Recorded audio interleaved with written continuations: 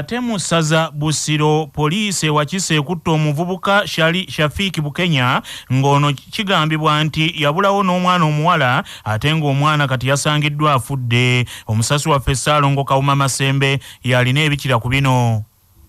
Omuvubuka ono Shafiki Bukenya poliisi okumukwata kyaddiridde okusiŋŋaanibwa mu maka ge omuwala ategerekeseko erya Fatuma yokka nga afiiridde mu buliri. Okusinziira ku poliisi abamu abatagade kwatukiza amannya gaabwe nga batutuma nti poliisi evunaanyizibwako okwogera ku bino bali waggulu bategeezezza nti omuvubuka ono yabula n'omwana omuwala ate n'amukola n'olubuto agenze okusiŋŋaana nga taliiwo naye ng'omulambo gufiiridde mu nju ebbula bakulu wano mu Wakiso. Okusinziira ku bamu ku batuuze betusiŋŋaanyako wano bategeezezza nti poliisi bwe yagenze okutuukira ng'abatuuze bamaze okugyayo omulambo emirambo gino gyombi omwana n'omukulu nga babasiŋŋaanye bafiiridde mu nju nti era ennyumba bamenye nga omuvubuka ono abadde taliiwo amaze ennaku 2. Wano ebbula bakulu kyasangibwa nga omuwala n'omwana bafiidde mu nnyumba era poliisi nejja n'ebajjamu n'ebatwala kiteeberezebwa okuba nti bafidde ekiziiro ekyasigi. Wetwogerera poliisi yatandise dde ogwayo okulaba nti enoonyereza ku kiki ekyaviiriddeko abantu bano okufa ate n'omuvubuka ngeri ki gye yaddukamu n'omwana omuwala ono. Balabirizi ow'ekkanisa ya Uganda kitaffe mu Katonda Dr. Stephen Samuel Kazimba Mugalumbowa asabye bannayuganda okukuza olunaku olw'okutambuza ekkubo ly'omusaalaba nga beekuba mu kifuba n'okwefumiitiriza ku bikolwa eby'obumenyi bw'amateeka okutulugunya abantu n'ebirala bye bakola ebitali bya buntu. Saabalabirizi Kazimba Mugalumbowa bino abyogedde akulembeddemu okubuulira mu kusinza okwategekeddwa ekibiina ekitaba enzikiriza ezisuusuuta Kristo ng'omulokozi ekya Uganda Joint Christian Council okw'okutambuza ekkubo ly'omusaalaba e Namirembe. Dr. Stephen Samuel Kazimba Mugalumbowa agambye nti olunaku luno lutuukidde mu kiseera nga Uganda eri mu kattunga abantu battibwa omenyi bw'amateeka bweyongedde ekirwadde lumiimamawuggwe COVID-19 nakyo kyongedde okusitula enkundi kyokka nti singa bannayuganda beekuba mu kifuba ebikolwa nga bino bisobola okufuuka olufumo. Agambye nti guno mwaka gwa kusimbula n'okulwanyisa endwadde enkambwe kyokka n'asaba bannayuganda obutekkiriranya ku nsonga z'okwegemesa corona benyigire mu nteekateeka eyo. The security organisms abakuuma ddembe as they work among the stars, nga bakola wakati muffe they should be healing. wabeerewo okuwonyesebwa Let there be healing wabeerewo okuwonyesebwa among the stars. So erife kennyini abali wonna abalala. this year Omwaka guno is a year gwe mwaka when we should really overcome COVID. okusobola okuwaŋŋanga n'okuwangula The COVID-19. year for healing. guno gwe mwaka gw'okuwonyesebwa. Came that you should have life. yajja tubeere n'obulamu. I am so grateful ndi musanyufu that the vaccine was introduced. nti akadagala bakaleeta. This is actually not something imposed to anybody. kino tebakikaga ku muntu yenna. It is your personal decision. gwe kennyini gw'osalawo. Saabalabirizi Kazimba Mugalwera alabudde ku kibbattaka ekimaamidde Uganda yattunga kyongedde okweraliikiriza ekkanisa nga n'ettaka ly'amasinzizo terirutonze. Land grabbing, you can grab osobola okulibba nga bw'oyagala even church land. n'ettaka ly'ekkanisa But n'obba one day you will die. naye olunaku lumu ojja kufa. But they will just take just four, is it 6 by 4? bakuteekereko awo 5 ku 6 Except for few of us okugjako abamu ku ffe who are extremely blessed with an extraordinary feat. okujja ku ffe mukaabe yawe omukisa n'abaakahayita akawanvuko. Some people, kubanga ate abamu you can imagine some people fight, they're stealing land. abantu bali mu kunyaga ttaka But when you die, naye bw'ofa they will just measure 6 by ng'olina kahayiti ng'akange 5 ku 6. Okutambuza ekkubo ly'omusaalaba kwatandikidde mu maka g'omulabirizi w'e Namirembe ne bayita mu maka ga Ssaabalabirizi baabo ku kitebe ky'ekkanisa ya Uganda enkulu olwo ne kukomekkererezebwa ku lutikko e Namirembe awategekeddwa okusinza kuno okw'enjawulo.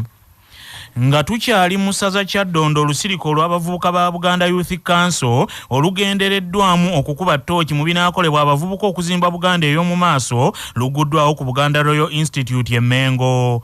Bw'abadde ng'aggulawo olusirika luno minisita w'abavubuka emizannyo n'okwewummuza Oweekitiibwa Henry Moses Ssekabembe Kiberu alabudde abavubuka bakomye okulowooleza mu kuzimbira mu woofiisi mwe bakolera wabula bakole emirimu eginaatwala Obwakabaka mu maaso.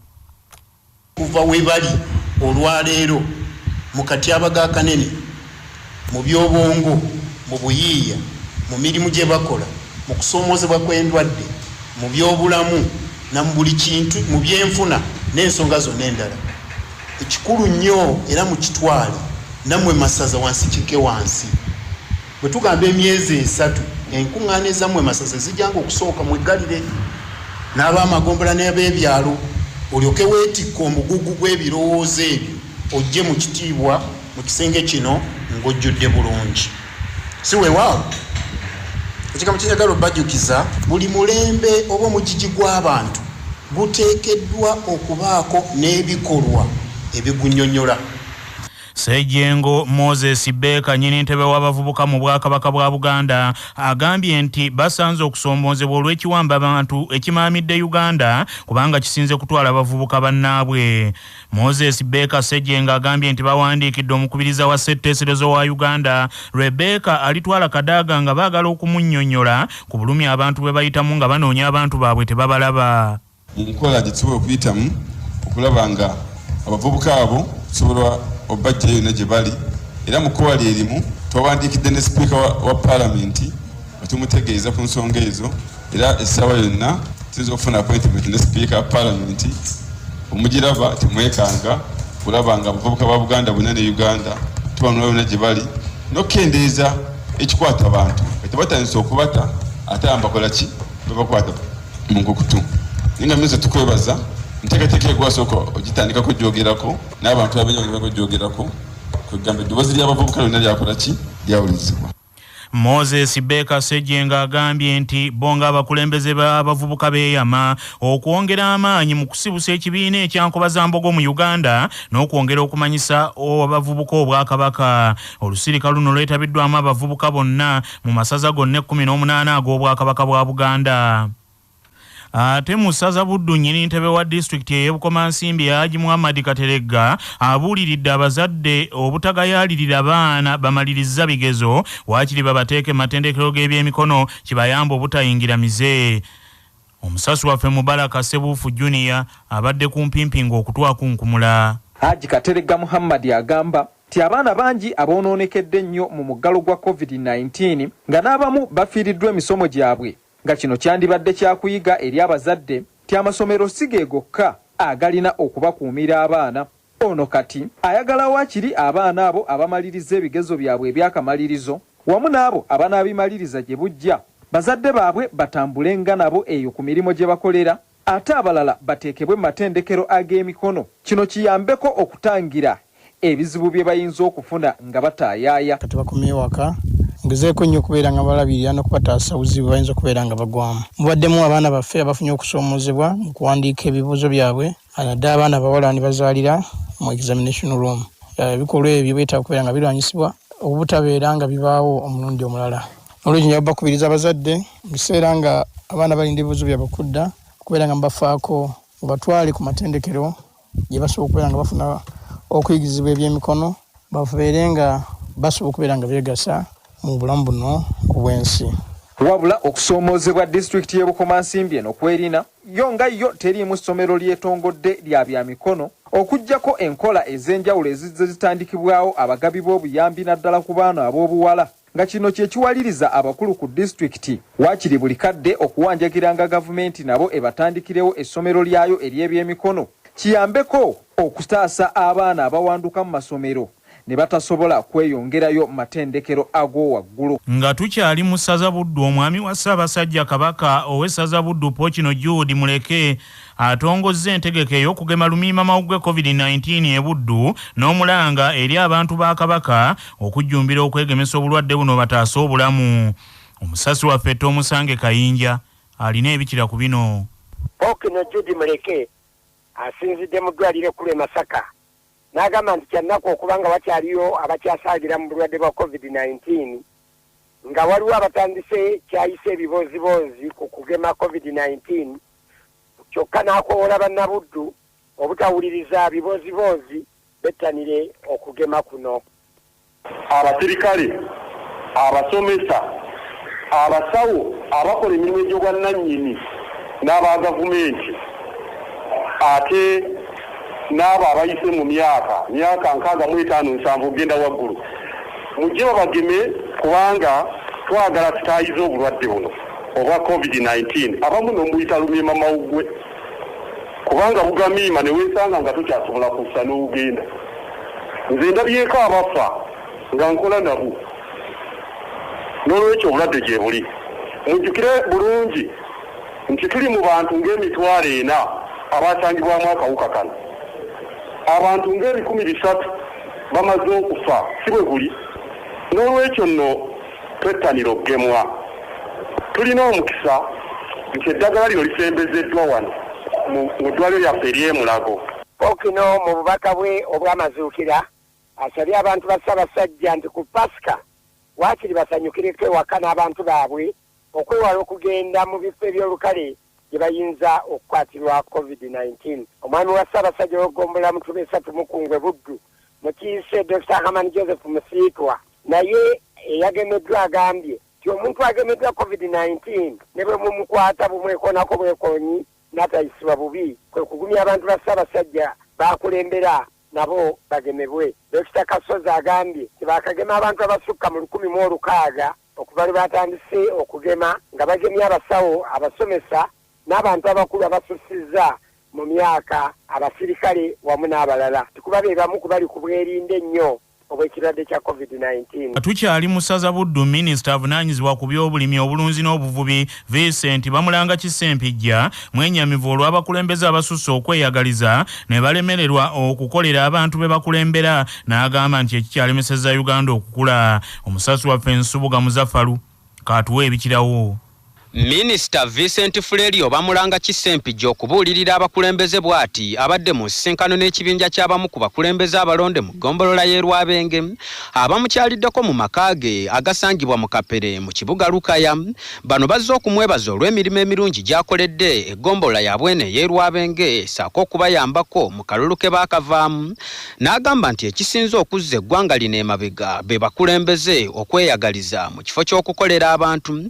N'agamba nti kansala tebasaanye kulowooleza mu nsako zokka wabula bakolera abantu.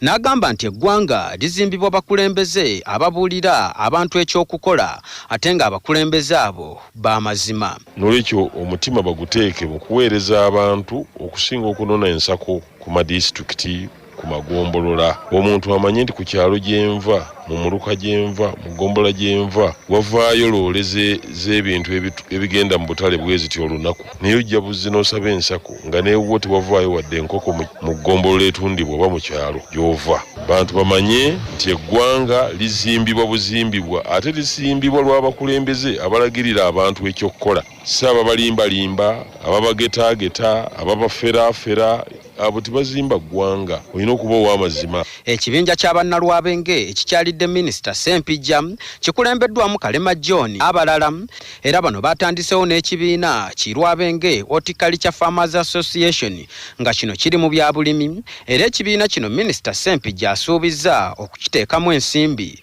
kisituke. Ate musaza Mawokota abantu abasukka mu 10 bafunye ebisago mu bubenje bubiri obuguddewo enkya ya leero ku luguudo oluva Empigi okudde Gomba. Omusasi waffe Patrick Serugo kaatuwa ebikira ku bino.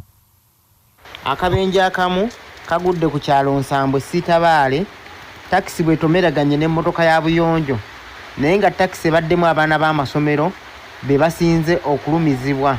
Ate akabenje akalala kabadde mu kkoona ly'oku kyalo Mpenja okumpi n'essomero lya Mpenja Primary School.